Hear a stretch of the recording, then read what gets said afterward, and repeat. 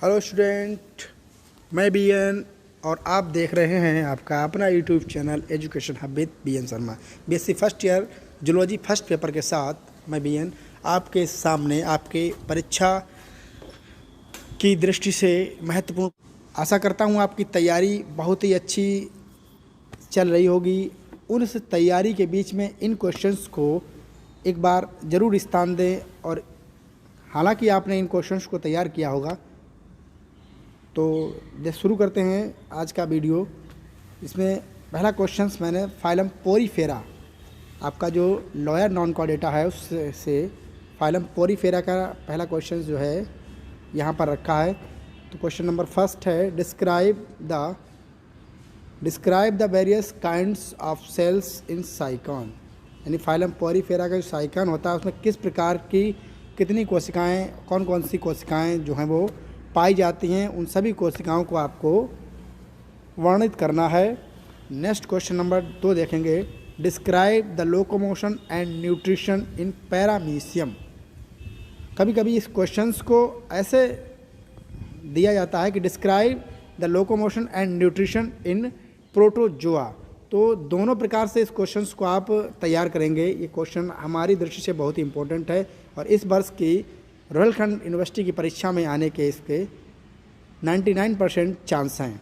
तो दो प्रकार से क्वेश्चन आ सकता है। इस तरह से मैंने दिया, describe the locomotion and nutrition in paramecium, या इस तरह से describe the locomotion and nutrition in phylum protozoa. तो किस प्रकार से चलन और पोषण जो है पैरामीशियम में होता है उसका प्रोसेस आपको वर्णित करना है, प्रोसेस का वर्णन आपको करना है। नेक्स्ट क्वेश्चन नंबर 3 देखेंगे, write down the silent feature of Ctenophora. Silent features आपको बताने हैं फाइलम टीनोफोरा के। ये बहुत ही इम्पोर्टेंट क्वेश्चन है जो आपके एग्ज़ाम की दृष्टि से आपके परीक्षा में लाभदायक हो सकता है। राइट डाउन कर लें इसको। ये परीक्षा में रोहिलखंड यूनिवर्सिटी की परीक्षा में तो 100% लग रहा है इस बार आएगा। तो क्वेश्चन नंबर 4 देखेंगे, write down the life cycle of Aurelia with suitable diagram. Aurelia के जीवन वृत्त का बेहतरीन चित्रों के साथ आपको वर्णन करना है ऑरेलिया का।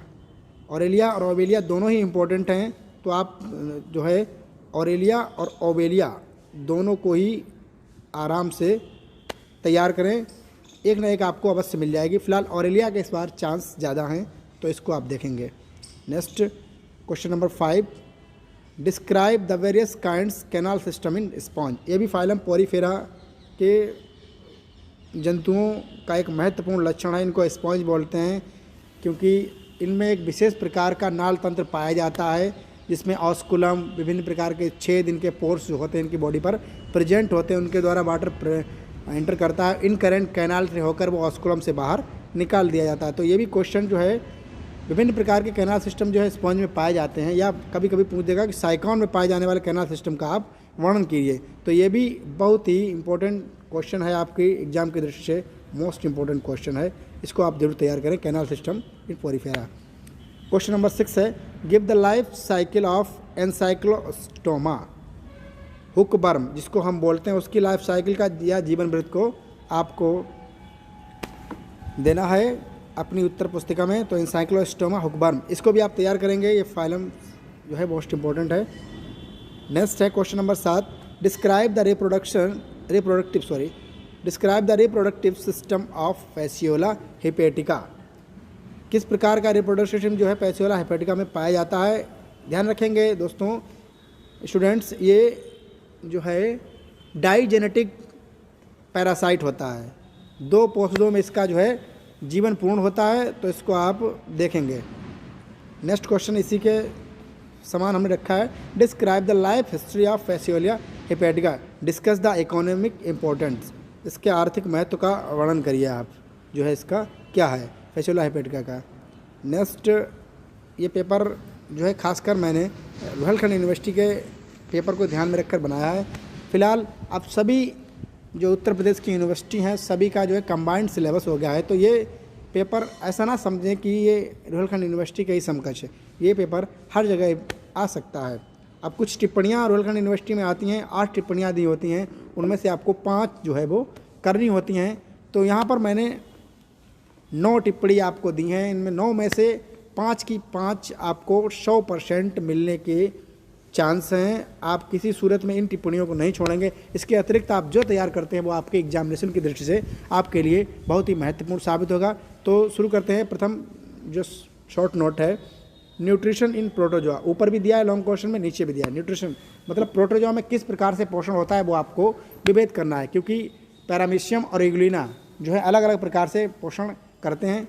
इग्लिना जो है 3 प्रकार से भोजन करता है, होलोजोइक और जो है 3 प्रकार से भोजन करता है, जंतु सदृश, पादप सदृश और मृतोपयोगी। 3 प्रकार से भोजन जो है इग्लिना पोषण करता है। इस प्रकार से प्रोटोजोआ में आपको पोषण की समस्त विधियों का वर्णन आपको बताना होगा।